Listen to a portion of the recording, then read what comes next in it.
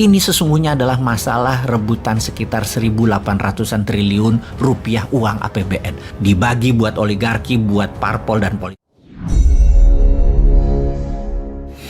Sudah nahan tidak mau komen tentang tidak boleh ekspornya batu bara yang dikesankan oleh para buzzer sebagai langkah pahlawan melawan banyak negara, padahal itu ternyata dalam hitungan hari keputusan presiden yang heroik tersebut terpaksa dibatalkan lagi oleh keputusan pejabat yang lebih tinggi dari pejabat pilihan rakyat tersebut. Kebijakan itu dianulir seketika itu juga oleh secara struktur yang jabatannya hanya ad hoc, secara non-struktur tapi dia adalah penguasa absolut. Larangan ekspor batu bara dicabut di tengah jalan. Hal ini menjadi komen Bosman mempertanyakan apa sih yang terjadi, di mana wibawa negara, tergesa-gesa atau memang dikendalikan oleh oligarki. Oke lah, kita bedah sekarang. Pastinya strategi pertama untuk dikesankan menyetop ekspor batu bara adalah untuk berkesan hero atau pahlawan sumber daya alam. Ternyata kita semua tahu apa aslinya. Aslinya, komunikasi heroik itu hanya strategi komunikasi yang menutupi kelangkaan batu bara yang dipakai oleh PLN yang dimanfaatkan untuk cari uang sesuai maunya oligarki. Naiknya harga DMO batu bara sesuai harga pasar ini sungguh menyakitkan hati masyarakat. 2 kali loh harga pasar itu. Inilah masa di mana negara dikendalikan oligarki terang-terangan dan rakyat hanya diem saja, juga pejabat-pejabat lainnya diem saja. Inilah masa di mana batu bara yang merusak alam karena penghasil karbon terburuk diproduksi gaspol sampai Tiongkok punya cadangan hingga 5 tahun ke depan dan PLN beli batu bara harganya mahal. Harga pasar. Efek dari gaspolnya batu bara tadi di mana oleh Newmine kalau berkuasa akan ditutup, ada 2 hal yang akan terjadi. Yang pasti terjadi adalah naiknya hutang APBN atau naiknya tarif dasar harga listrik. Kalau tarif dasar harga listrik tidak dinaikkan, maka subsidi beli batu bara PLN pasti pakai APBN. Kalau APBN nggak kuat, harga listrik negeri Wakanda akan menjadi negara bertarif listrik termahal di dunia dibanding dengan income per kapita penduduknya. Sungguh, menurut Bosman yang otaknya sederhana itu, menaikkan harga DMO batu bara sesuai harga pasar adalah keputusan terblunder menambah daftar amburadulnya manajemen bernegara. Lalu membuka lagi ekspor batu bara adalah juga tidak pas, harusnya main cantik terutama ke Tiongkok. Ups, maaf lupa. Tiongkok harga mati ya. Lupa gua. Lanjut. Oke lah, sesungguhnya mainan tingkat tinggi di atas itu nggak akan terasa ke rakyat kecuali harga listrik naik. Rasanya hal ini tidak mungkin dilakukan, yaitu harga listrik naik. Yang pasti adalah harga listrik disubsidi yang ditanggung oleh APBN dan pastinya pakai hutang dolar lagi yang bayarnya sampai kapanpun nggak akan bisa, yang akan membuat beban generasi berikutnya. Ngerti banget dah strategi keuangan dan bagi-bagi kue khas kali ini bernegaranya. Monggo dilanjut. Ini sesungguhnya adalah masalah rebutan sekitar 1.800-an triliun rupiah uang APBN. Dibagi buat oligarki, buat parpol dan politikus. Sahabat, negeri Wakanda ini dikelolanya begini terus sampai kapan ya rakyat itu bisa sadar ya? Ibarat kita ini pegawai, perusahaannya hidupnya tuh ngutang, omset turun, profit nggak ada. Lalu pemilik dan pengelola perusahaan yang ngutang sana sini dengan menjamin aset perusahaan negara. Rakyat yang cuek dan tidak sadar akan bilang yang penting gua kan digaji, dinaikin lagi gajinya biar nggak ngomel maksudnya. Sebenarnya kalau kita lihat pembukuan sudah parah ini perusahaan. Pejabatnya banyak yang sudah punya pengaman aset di luar negeri, ngumpulin harta selama menjabat dengan mengubah banyak kebijakan perusahaan yang menguntungkan dirinya dan kroninya. Rakyatnya alias pegawainya sesungguhnya sudah di pinggir jurang dan pemilik perusahaan tersebut yang sesungguhnya pegawai juga karena public company tidak sadar karena masih dapat dividen walau dari pinjaman semua, dan ini membuat mereka terlena. Tapi oke deh, daripada terus ngomong hal yang fakta, lebih baik kita tambahin dengan video berikut ini. Kalau kita bicara 50 tahun yang lalu, jarang ada oligark yang langsung menjadi kandidat yang berkampanye dan coba menang. Dan itu sebenarnya karena oligark itu takut terekspos. Mereka lebih suka di belakang layar, tapi menentukan apa yang akan terjadi, siapa yang akan naik, siapa yang tidak akan naik.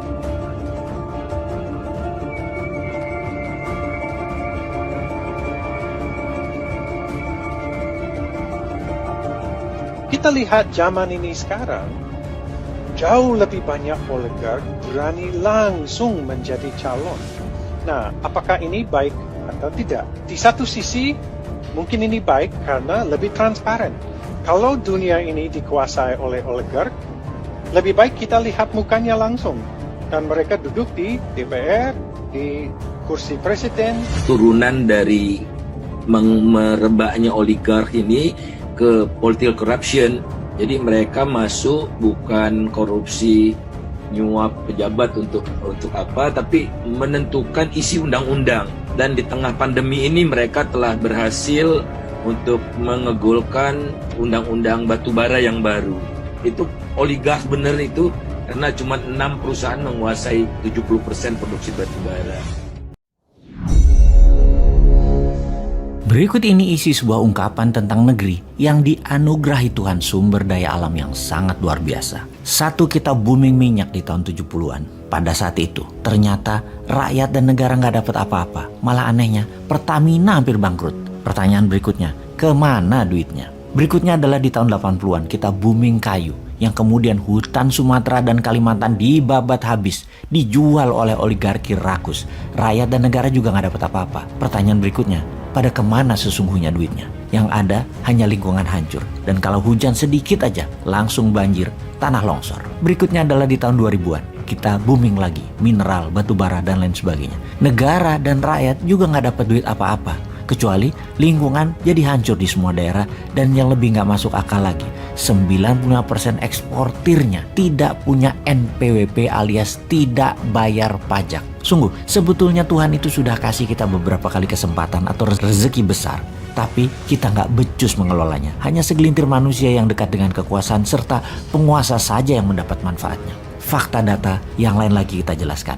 Dari tahun 2000 hingga sekarang tahun 2022, GDP per kapita naik 250%, yaitu kontribusi zaman Pak SBY itu naiknya 215%. Dia beruntung karena harga komoditi naik pada saat itu. Sebelum zaman Pak SBY adalah zaman Ibu Mega, naik 25%-an. Dan zaman sekarang dalam 7 tahun baru naik 10%-an, alias dalam 7 tahun, setahunnya hanya naik 1,5% saja. Sungguh, dalam 7 tahun terakhir ini juga, hutang menumpuk menjadi 6.600 triliun atau naik hampir 4.600 triliun dari hutang negara sebelumnya di tahun 2014. Belum lagi ditambah hampir 2.000 triliunan hutang BUMN yang baru. Maka bisa dikatakan 3 kali kesempatan ditambah kelolaan negara dalam 20 tahun terakhir. Terbukti manajemen kelolaan negaranya juga tidak bisa membuat rakyat sejahtera dan bisa membuat negara Indonesia ini menjadi negara berdaulat yang utuh. Secara ekonomi hampir tidak ada kenaikan berarti. Hanya 10% dalam 10 tahun dipotong inflasi akumulasi 7 tahun. Ya minus lah negara Indonesia ini. Semua ini karena apa? Karena sistem bernegaranya kah? Karena sistem politiknya kah? Atau individu pemimpinnya? Atau orang-orang di sekelilingnya yang tidak mampu? Banyak memang sudah dilakukan, infrastruktur benar dibangun. Namun BUMN yang membangun kok bangkrut? Sesungguhnya rakyat jadi dapat apa? Sama dengan 3 peristiwa besar yang telah berlalu. Boom minyak, boom kayu, boom tambang. Zong semua buat rakyatnya. Oke, kita bahas manajemen bernegara sekarang. Kita diskusikan soal subsidi BBM yang dicabut, di mana subsidi niatnya membantu namun ternyata membuat rakyat manja yang sudah kronis dimanja selama 40 tahun lebih akibat subsidi. Dan ternyata di sisi lain kita tidak dapat apa-apa juga setelah memanjakan rakyat tersebut. Lalu 1 tahun ini subsidi BBM dialihkan. Kita dapat sekitar 350 triliun yang digunakan untuk membangun jalan kereta api double track di seluruh Indonesia, namun belum menunjukkan berdampak pada percepatan pertumbuhan ekonomi juga. Terdapat fakta lain lagi, yaitu ternyata hutang negara juga meningkat tajam. Adakah solusinya, wahai kaum New Mind? Ya ada.